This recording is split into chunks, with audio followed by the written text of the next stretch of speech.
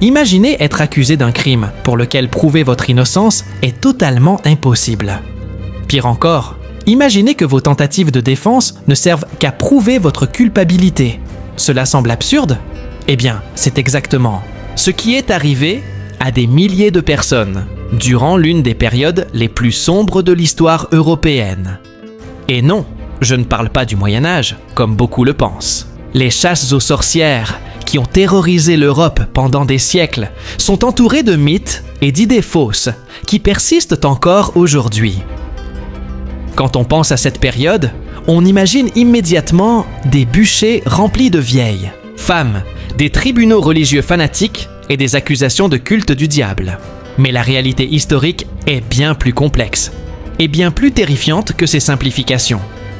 Ce que peu de gens savent, c'est que ce phénomène n'était pas seulement une explosion d'hystérie religieuse. Il s'agissait d'une véritable tempête où les peurs ancestrales se sont combinées à de profondes transformations sociales, des crises économiques et des changements climatiques dramatiques. Une époque où les voisins dénonçaient leurs voisins, où une simple dispute pouvait se solder par une accusation fatale, et où la peur de l'inconnu alimentait une machine de persécution apparemment impossible à arrêter. Dans les prochaines minutes, nous allons démystifier 6 des plus grands mythes sur la chasse aux sorcières.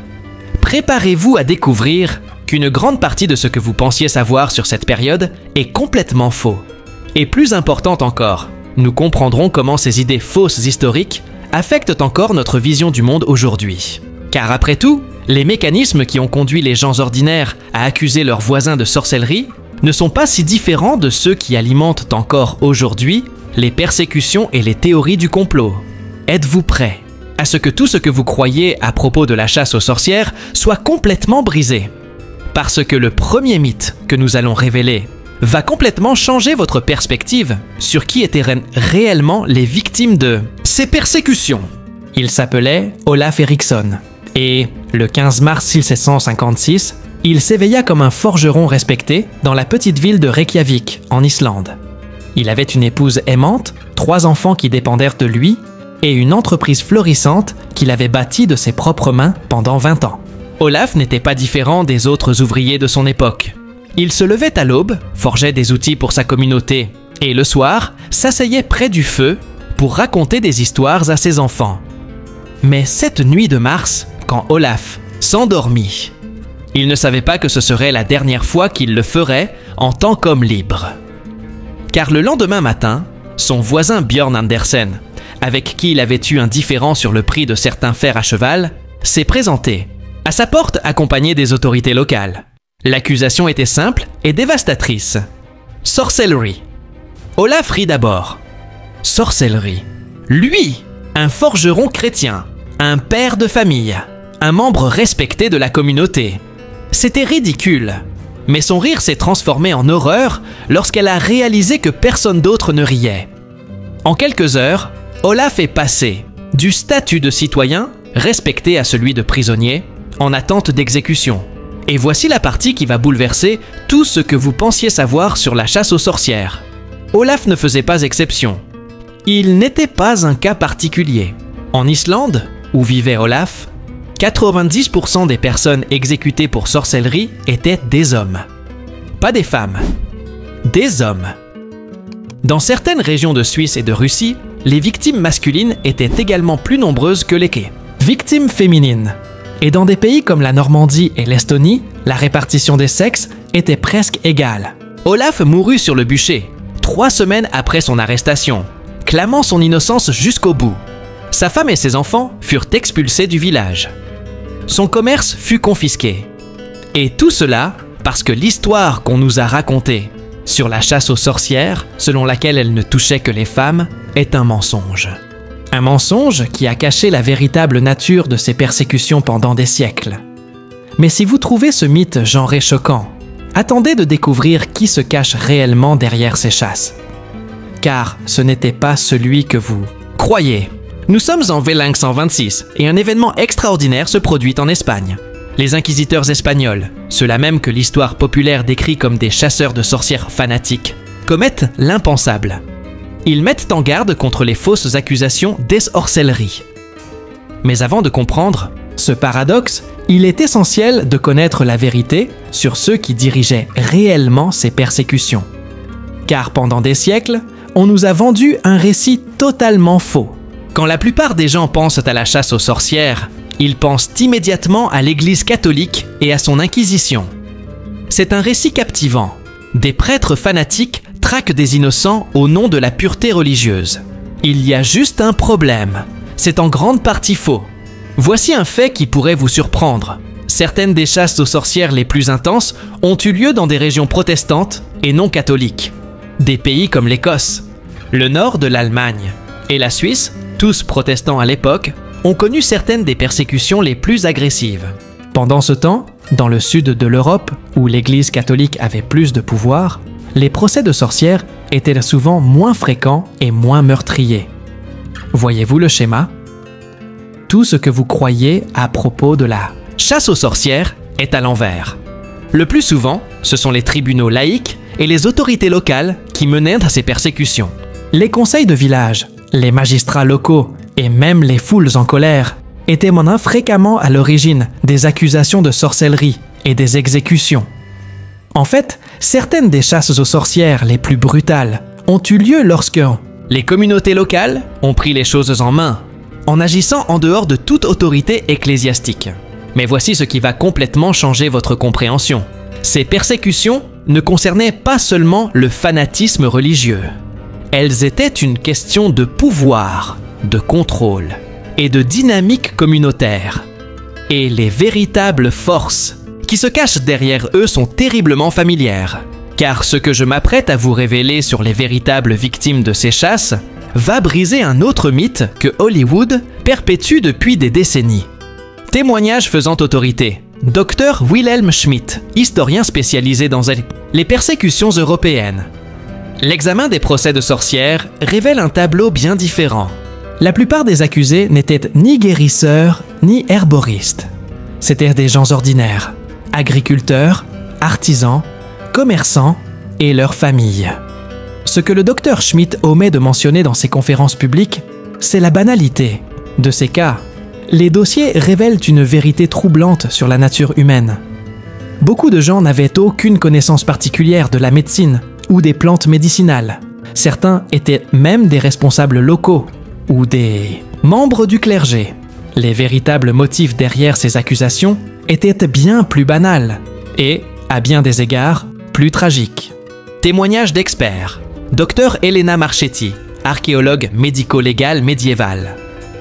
La plupart des accusations de sorcellerie découlent de conflits quotidiens et de vendettas personnels. Un différend entre voisins concernant les limites de propriété peut dégénérer en accusation de sorcellerie. Une maladie mystérieuse touchant le bétail peut éveiller des soupçons concernant un visiteur récent. Le docteur Marchetti a découvert quelque chose qui change toute notre compréhension. Même les émotions humaines les plus basiques, comme l'envie, la vengeance et la peur, sont à l'origine de nombreuses accusations. Prenons le cas de Katharina Kepler, mère du célèbre astronome Johannes Kepler. Elle n'a pas été accusée de sorcellerie parce qu'elle était guérisseuse. Elle l'a été parce qu'elle avait un conflit de longue date avec un voisin au sujet d'un prêt impayé. Le fils de ce voisin est tombé malade et Katharina s'est soudainement retrouvée accusée de sorcellerie. Témoignage historique exclusif, professeur Alessandro Romano, expert en documents judiciaires. Ce schéma de conflits personnels dégénérant en accusation de sorcellerie était remarquablement courant. Nous avons recensé des centaines de cas où des conflits liés à l'argent, à la terre ou même au ragot du village se sont soldés par des exécutions. Le professeur Romano a trouvé des preuves qui n'ont jamais été rendues publiques. Le mythe moderne de la femme guérisseuse sage est apparu en grande partie dans les années 1970 et a gagné en popularité avec l'intérêt croissant pour la médecine alternative et l'histoire féministe. Spécialiste final, Dr Carlos Mendoza, psychologue spécialisé dans l'hystérie collective. En réalité, ces persécutions ne visaient pas à réprimer la sagesse ancestrale ou la médecine alternative. Elles concernaient la façon dont des gens ordinaires, vivant dans un monde qu'ils ne pouvaient ni comprendre ni contrôler pleinement, se retournaient contre leurs voisins en période de stress et d'incertitude. Mais si vous pensez que connaître les véritables victimes est choquant, attendez de savoir quand ces chasses ont réellement eu lieu, car ce n'est pas à ce moment-là que vous pensez. Vous souvenez-vous d'Olaf Eriksson, le forgeron islandais mentionné au début? Celui qui fut exécuté en 1646 à la suite d'une dispute au sujet de fer à cheval? Eh bien, voici quelque chose qui va complètement bouleverser votre compréhension temporelle de la chasse aux sorcières. Quand je vous ai dit au début que ces mythes persistent encore aujourd'hui, je n'exagérais pas. Le plus grand mythe est celui du moment où nous pensons que ces persécutions ont eu lieu. Lorsque les gens pensent à la chasse aux sorcières, ils imaginent généralement qu'elle se déroule au Moyen Âge, cette période médiévale supposément arriérée et superstitieuse. Mais voici la vérité choquante. La grande majorité des procès et des exécutions de sorcières ont eu lieu pendant la Renaissance et le début de la période moderne, entre 1450 et 1750. Réfléchissons un instant. Les chasses aux sorcières, les plus intenses, ont eu lieu à l'époque de Léonard de Vinci, Galilée et Newton. Elles ont coïncidé avec la révolution scientifique, l'invention de l'imprimerie et la découverte du Nouveau Monde. Ces persécutions n'étaient pas nées des ténèbres médiévales. Elles étaient, paradoxalement, le produit du progrès du début de l'ère moderne. En fait, au Moyen Âge, l'Église catholique était largement sceptique face aux accusations de sorcellerie. La position officielle de l'Église, établie par le canon des épiscopies au Xe siècle, était que la croyance en la sorcellerie était en soi une hérésie. Preuves archéologiques choquantes. Ce n'est qu'au XVe siècle que cette position a commencé à évoluer radicalement. Qu'est-ce qui a provoqué ce changement? La réponse réside dans les bouleversements sociaux majeurs du début de l'époque. Moderne. La réforme protestante a brisé l'unité religieuse de l'Europe. L'invention de l'imprimerie a permis la diffusion rapide de manuels de chasse aux sorcières et de théories paranoïaques. De nouvelles bureaucraties étatiques ont facilité les persécutions systématiques. Même le petit âge glaciaire, une période de refroidissement climatique, a contribué à cette situation en provoquant de mauvaises récoltes que les gens ont imputées à la sorcellerie. Cette fois, c'est important, car elle remet en question nos hypothèses sur le progrès et la rationalité. La chasse aux sorcières n'était pas le fruit d'une superstition médiévale, éliminée par la pensée des Lumières. Au contraire, elles ont été partiellement rendues possibles par les nouvelles technologies, les nouvelles formes de gouvernement et les nouveaux modes de pensée. Les innovations modernes sont devenues des objectifs terrifiants. Et voici le lien le plus troublant avec notre époque. Car ce que je suis sur le point de vous révéler sur les véritables causes de ces persécutions vous fera voir des schémas terriblement familiers dans notre monde d'aujourd'hui. La plupart des gens supposent que la chasse aux sorcières était simplement le produit d'un fanatisme religieux incontrôlé. Si la religion a certainement joué un rôle, les causes réelles étaient bien plus complexes et, étonnamment, bien plus familières à notre monde moderne. Au plus fort de la chasse aux sorcières, l'Europe traversait ce que l'on pourrait appeler une véritable tempête de crise. Le petit âge glaciaire entraîna de mauvaises récoltes et des pénuries alimentaires. La réforme protestante avait brisé l'unité de l'Europe chrétienne. De nouvelles maladies se propageaient par les voies commerciales. Les inégalités économiques s'accentuaient dans de nombreuses régions. Cela vous semble-t-il familier? Ces événements n'étaient pas seulement de simples événements de fond. Ils furent les principaux moteurs des chasses aux sorcières. Prenons le cas de Würzburg, en Allemagne, dans les années 1620. Cette chasse aux sorcières, l'une des plus importantes de l'histoire, coïncida avec des récoltes massives, une dépression économique dévastatrice et les premières années de la guerre de 30 ans. Lorsque la vie devenait insupportable, les gens cherchaient quelqu'un à blâmer. Le retournement de situations dévastateurs. Des recherches récentes ont même démontré des corrélations entre les procès de sorcières et les phénomènes météorologiques extrêmes. Durant les périodes les plus froides du petit âge glaciaire, les accusations de sorcellerie ont explosé. Lorsque les récoltes étaient mauvaises, en raison de gelées ou de tempêtes inhabituelles, les communautés attribuaient souvent ces catastrophes à des sabotages surnaturels. Ces accusations n'étaient pas uniquement motivées par des convictions religieuses. C'était aussi la faim, la peur et le désespoir. Mais voici le rebondissement qui change tout. Les mécanismes qui ont monté les voisins les uns contre les autres lors des chasses aux sorcières ne sont pas si différents de ceux qui alimentent les théories du complot moderne et les chasses à l'homme numérique. Face à de multiples crises, environnementales, économiques et politiques, les individus continuent de chercher des boucs émissaires. Les mécanismes qui ont alimenté les chasses aux sorcières sont toujours bien vivants dans notre monde numérique. Nous avons démystifié 6 mythes majeurs sur la chasse aux sorcières, révélant une histoire beaucoup plus complexe et pertinente que la plupart des gens ne le pensent. Il ne s'agissait pas seulement de superstitions médiévales, mais de persécutions sophistiquées apparues parallèlement aux institutions modernes. Elles ne concernaient pas uniquement les femmes, la religion ou la magie, mais la manière dont les communautés réagissent à la peur et à l'incertitude. La véritable force de cette histoire réside dans sa réflexion sur notre présent. Aujourd'hui encore, nous constatons comment les crises, qu'elles soient environnementales, économiques ou sociales, peuvent pousser les communautés à chercher des boucs émissaires. Mais cette histoire recèle aussi de l'espoir. Certaines communautés ont résisté à la fièvre de la chasse aux sorcières, démontrant que l'hystérie collective n'est pas inévitable.